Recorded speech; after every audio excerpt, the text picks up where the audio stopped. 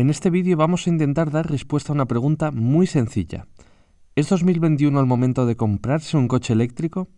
Vamos a analizar punto por punto qué debes tener en cuenta si te gustan los coches eléctricos, pero no tienes claro si es el momento de comprarte uno o por el contrario es mejor esperar. Para escoger tu próximo coche, visita quecochemecompro.com, el comparador de Diario Motor. Si tu trabajo te exige cruzar España de forma continua y recorrer cientos de kilómetros a diario, el coche diésel de bajo consumo y enorme autonomía seguirá siendo tu mejor amigo. Sin embargo, si tu uso del coche ya es fundamentalmente urbano o lo usas solo para desplazarte al trabajo, recorriendo una cifra modesta de kilómetros al día, un coche eléctrico, incluso de autonomía relativamente escasa, puede ser una opción ideal.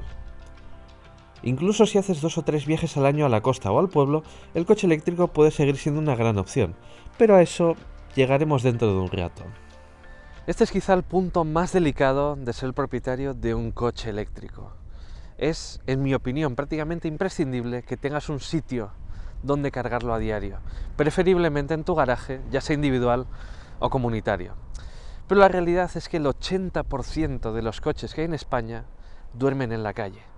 Si tu coche duerme en la calle y no tienes acceso a un punto de carga en el trabajo, lo que te estarás echando encima serán unos tremendos quebraderos de cabeza. Esto nos lleva cómodamente al siguiente punto.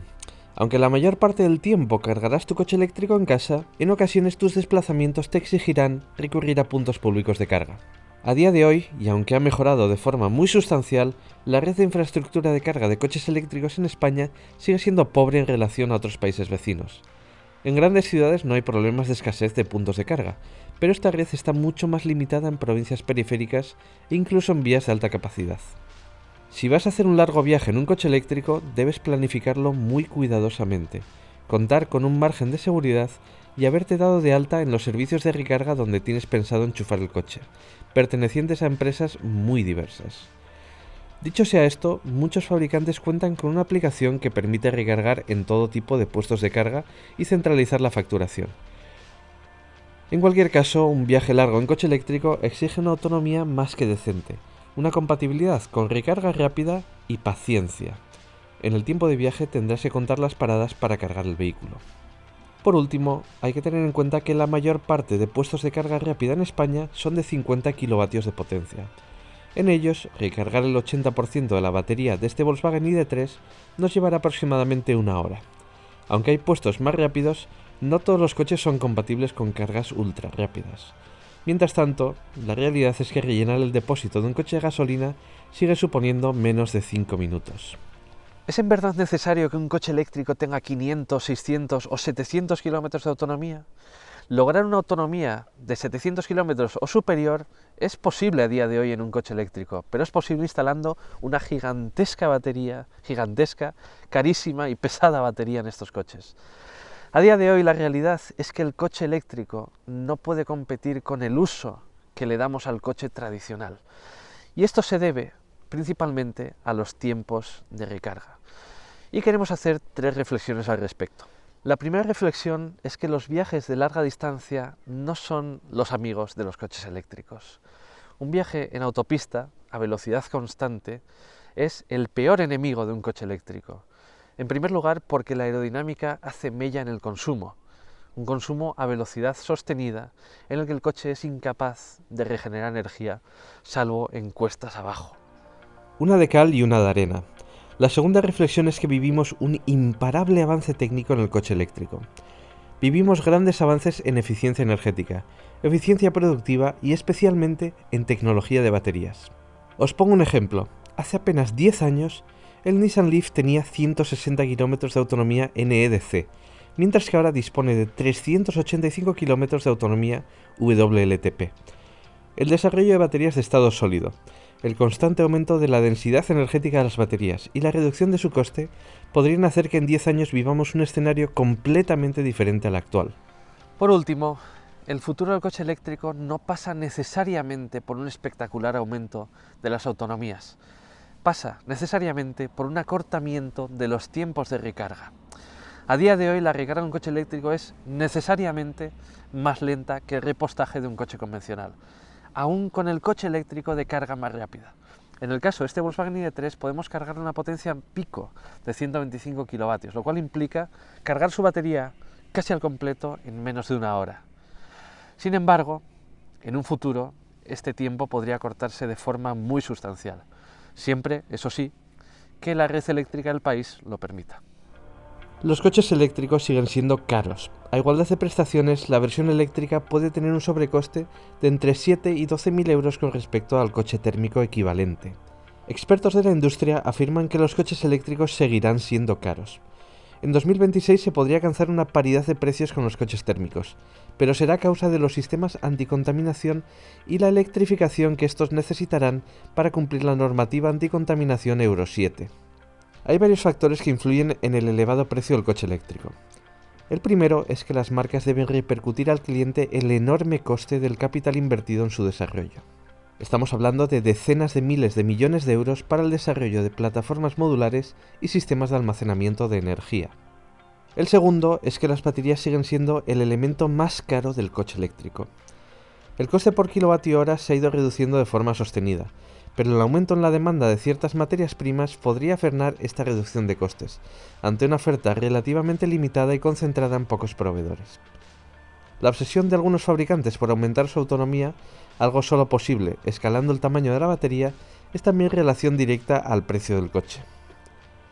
De acuerdo, los coches eléctricos son coches caros, pero ¿qué nos dan a cambio?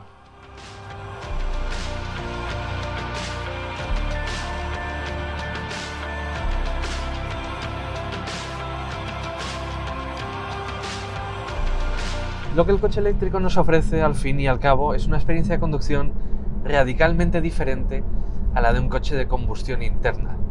Como es evidente, no tenemos un motor térmico en el coche, por tanto, no tenemos sus habituales sonidos, no tenemos sus humos, no tenemos sus olores, no tenemos la necesidad de cambiar de marchas, etcétera, etcétera.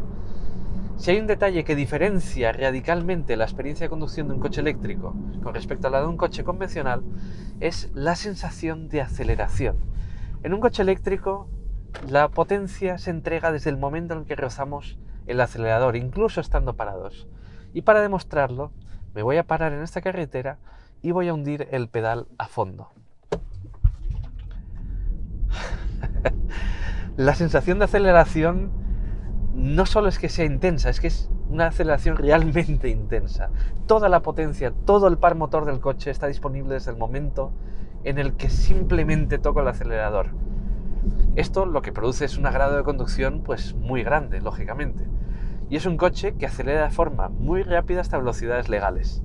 Por tanto, para un uso urbano, incluso un pequeño eléctrico de apenas 50 o 60 caballos de potencia es un coche de prestaciones impresionantes. Ahora bien, son coches que aceleran de forma muy intensa y muy fuerte hasta velocidades legales, pero al tener una caja de cambios de una única marcha, una única relación fija, son coches que pierden fuelle una vez aumentamos la velocidad. En un coche normal, reduciríamos de marcha y volveríamos a tener una aceleración intensa. En nuestros coches, al no tener cajas de cambios, tener una única relación fija, pues perdemos un poco de aceleración y un poco de recuperaciones a alta velocidad. Es algo inherente a todos los coches eléctricos, salvo los muy pocos coches eléctricos que cuentan con cajas de cambios. A día de hoy solamente el Porsche Taycan tiene una caja de cambios en su eje trasero. Más allá de esto, lo que tenemos es una experiencia de conducción muy refinada y decididamente vanguardista. El motor no hace sonido, por tanto vamos en completo silencio. Y esto, por ejemplo, en el tráfico urbano es realmente positivo. Conducir un coche eléctrico en ciudad es relajante. Y eso no lo podemos decir de muchos coches en un ámbito urbano de conducción, que al final, no sé a vosotros, pero a mí personalmente me estresa mucho conducir en ciudad. Eso sí, es un coche que al ser silencioso percibimos quizás de forma más directa pues el ruido aerodinámico o el sonido de rodadura. Y en este sentido, un coche eléctrico no tiene por qué ser mejor que un coche de combustión interna. Aunque bien se ha dicho que en un coche de combustión interna la banda sonora del motor, ese rum de fondo, puede camuflar en parte el sonido aerodinámico y el sonido de rodadura. Hablando un poco ya en detalle de este Volkswagen ID.3, estamos ante una versión con una batería de 58 kWh de capacidad. Esta versión homologa 420 kilómetros de autonomía según el ciclo WLTP. Una cifra muy digna, no es la mejor del segmento, pero realmente es una cifra muy digna. Ahora bien, es una cifra homologada. Siempre hay que tener en cuenta que la autonomía real de un coche eléctrico es inferior a la anunciada. De hecho, me atrevería a decir que con este coche podríamos hacer una autonomía real de unos 300-350 kilómetros según nuestro estilo de conducción, porque el estilo de conducción influye mucho en la autonomía del coche eléctrico.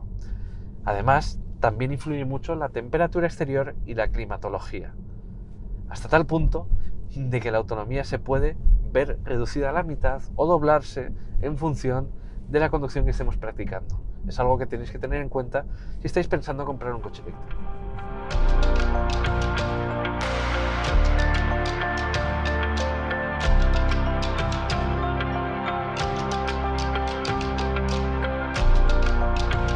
Si estáis pensando en compraros un coche eléctrico, debéis saber que existen dos tipos de coches eléctricos. Por una parte están los coches de combustión cuya plataforma ha sido reconvertida a la de un coche eléctrico. Este tipo de coches, como pueden ser por ejemplo el Volkswagen e-Golf, que se ha dejado de fabricar hace poco, cuentan con ciertos inconvenientes. Esos inconvenientes están derivados del packaging de las baterías. Su espacio interior se puede ver mermado y su maletero suele ser de menor capacidad. Además, no pueden tener baterías de mucha capacidad. Sin embargo, en coches como el Volkswagen ID.3, lo que tenemos es un coche diseñado desde cero como coche eléctrico, con una plataforma específica para coches eléctricos, no una plataforma de un coche de combustión adaptada a la electrificación. ¿Qué significa esto? Que tenemos una plataforma de tipo monopatín, común a otros coches eléctricos. Esta plataforma MEB cuenta con una enorme batería situada bajo el habitáculo. A esa batería, que es un elemento además estructural de la plataforma, se unen los subchasis, un subchasis delantero y un subchasis trasero, en los que se pueden montar uno o dos motores en configuración delantera, trasera o configuración doble. Además de las enormes posibilidades que esto abre para el diseño de cualquier tipo de coche, de cualquier tipo de segmento, tenemos una habitabilidad interior muy mejorada con respecto a otros coches térmicos convertidos a coches eléctricos. Tenemos un fondo completamente plano, tenemos además el puesto de conducción algo más adelantado que en un coche convencional, y esto nos permite, entre otras cosas, tener un espacio interior muy diáfano, repleto de huecos de almacenamiento. Lo que antes os comentaba del fondo, del suelo plano del coche, se puede ver mucho mejor desde esta vista. Ya lo estáis viendo que es muy sencillo pasar entre las plazas traseras de este coche. Además, tenemos también la ventaja de que tenemos un maletero de dimensiones muy considerables, ya que la batería no ocupa el espacio que estaría destinado a la carga en un coche convencional. Vamos a dar respuesta a la pregunta que os planteábamos al inicio del vídeo. ¿Es 2021 el momento de comprar un coche eléctrico? La respuesta es afirmativa si estás dispuesto a asumir un precio de compra superior al de un coche convencional y además entiendes y conoces las servidumbres y limitaciones que tiene el uso de un coche eléctrico, especialmente en lo tocante al tiempo de carga y la necesidad de disponer de un lugar donde cargarlo a diario. ¿Es mejor esperar a comprar un coche eléctrico? La respuesta depende de tu perfil. Si eres un amante de las nuevas tecnologías y te puedes permitir su compra, disfrutarás siendo el propietario de un coche eléctrico. Pero debes tener en cuenta que el imparable avance técnico del sector puede convertir su tecnología en obsoleta en apenas unos pocos años. Si tu perfil es más conservador pero quieres vivir la experiencia eléctrica, te recomendamos optar por un híbrido enchufable. Tendrás que cargarlo a diario y podrás conducirlo en modo 100% eléctrico, pero seguirás teniendo un motor térmico que hará más sencillos los viajes de larga distancia y evitará que te quedes tirado si se te agota la batería. Por último, existe la fórmula del renting, especialmente interesante en el caso de los coches eléctricos. Un contrato a 2, 3 o 4 años que te permitirá disfrutar de coches como este Volkswagen ID.3 pagando una cuota mensual, sustituyéndolo por un coche más avanzado a su finalización. En estos tiempos de rápido avance técnico, creemos que es una de las opciones más recomendables. Esperamos que este vídeo os haya servido para aclararos un poco la mente, especialmente si teníais dudas acerca de compraros un coche eléctrico o por el contrario esperar. Si os ha gustado, dejadnos un pulgar arriba, suscribíos al canal de Diario Motor si no estáis suscritos y nos vemos en otra.